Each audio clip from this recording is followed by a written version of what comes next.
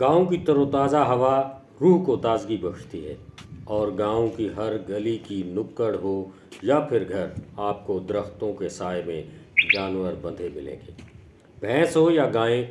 جانور ہر گھر کی زینت بن کر اپنی طرف متوجہ کرتے ہیں کہ آئیے، اس گھر میں دودھ، دہی، مکھن، گھی، چھاچھ کی کمی نہیں، آپ کی خاطر تواضع ہمارا فرض ہے۔ پھر فرض شناس، مہمان نواز، بوڑھے بزرگ کلچرل رنگ میں ڈوبے ہوئے، اپنی ثقافت کو زندہ رکھتے ہوئے، حقے کا کش لگاتے ہوئے، خیر خوش پوچھتے ہوئے، گھر پریوار خاندان کے مکمل حال احوال کے بعد ٹکر پانی کا ضرور پوچھیں گے۔ یہ بزرگ ہمارا قیمتی سرمایہ ہیں، انہی سے ہماری پہچان ہے، پلیز ان کا ہر طرح سے خیال رکھیں، انہی کی دعاؤں کے صلے میں وہ مقام ملے گا کہ دنیا تم پہ رشک کرے گی۔